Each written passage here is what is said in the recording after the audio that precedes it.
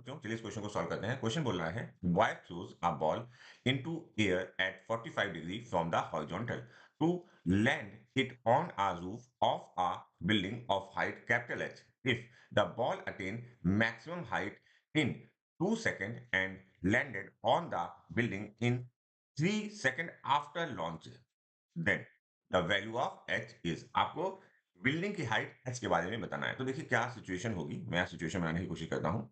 ये हमने प्रोजेक्शन किया यहाँ से, ठीक है? ये इसको हमने प्रोजेक्ट किया और ये कुछ ऐसे करके प्रोजेक्ट हुआ होगा, ठीक है? तो इस केस में ये यहाँ पर इसने मैक्सिमम हाइट अटेन कर ली होगी, ठीक है? यहाँ पर मैक्सिमम हाइट जब अटेन की होगी, अगर मैंने इसकी वेलोसिटी इस डायरेक्शन में वी ली और ये एंगल हमको बोला गया है that is an 45 degree, okay?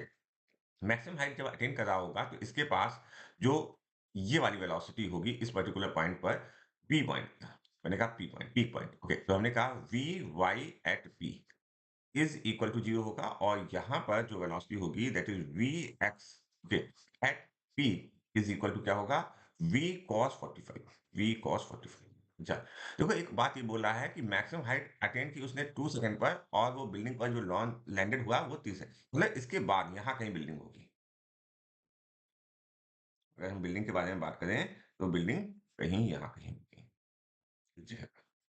और ये इस पर ऐसे करके कुछ लैंड कर रहा होगा, ऐसे यहाँ पे तो से बनाते हैं, ये ऐसे लैंड कर रहा है, ठीक है?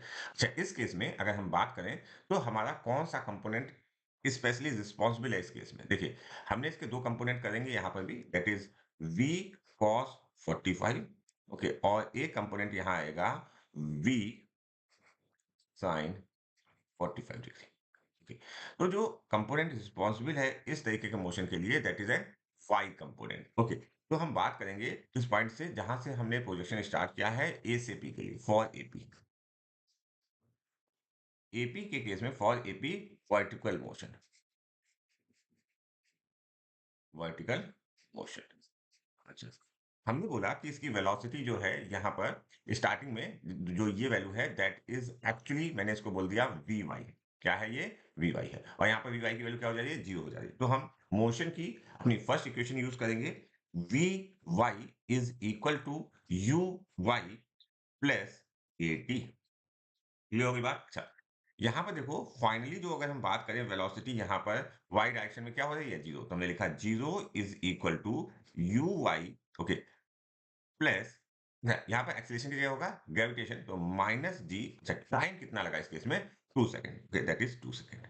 तो यहाँ से हमारे पास अगर हम बात करें कि यू वाई की वैल्यू क्या आएगी? U Y is equal to 20 metre per second. चलो, देखो वो कह रहा है कि लैंडेड हुआ आफ्टर 3 सेकंड ऑफ लॉन्च, मतलब ए से यहाँ पर अगर हम लैंडेड, ये हम रूफ कह रहे हैं आर, इसे हमने रूफ बोला, आर रेंज नहीं है, रूफ है, ठीक है? आर ओ मैंने बोल दिया, ठीक है? तो इस केस में ए से आर ओ के बीच में जो टाइम लग रहा है दैट इज अ 3 सेकंड। तो सिंपली हम कौन सी इक्वेशन करें? मोशन की सेकंड इक्वेशन, ओके? तो हम लिखेंगे H is equal to U Y into T minus of 1/2 A, A ना लिखें, जी ही लिख देते हैं, जी टी स्क्वायर। अच्छा, वैल्यूज को रख देते हैं जल्दी से। तो H is equal to U Y, U Y की वैल्यू क्या है? यू वाई की वैल्यू तो हमने निकाली है 20, ओके? 20 और कितने सेकंड बाद? 3 सेकंड बाद, 3, okay, minus of 1/2 multiplied by 10 और जी की वैल्यू अगेन 3 3 जा 9, ओके? तो ये 9 रख दिया। तो यहाँ पर है 2 5 जा 10 एंड 5 9 जा 45, ये हुआ माइनस का 45 इधर और यहाँ पर हुआ 60, ओके? तो 60 माइनस 45 अगर आप सही से सॉल्व कर दोगे, this value comes to be 15 metre. तो हमारा आंसर क्या आएगा? 15 metre. Option 4 is correct for this question.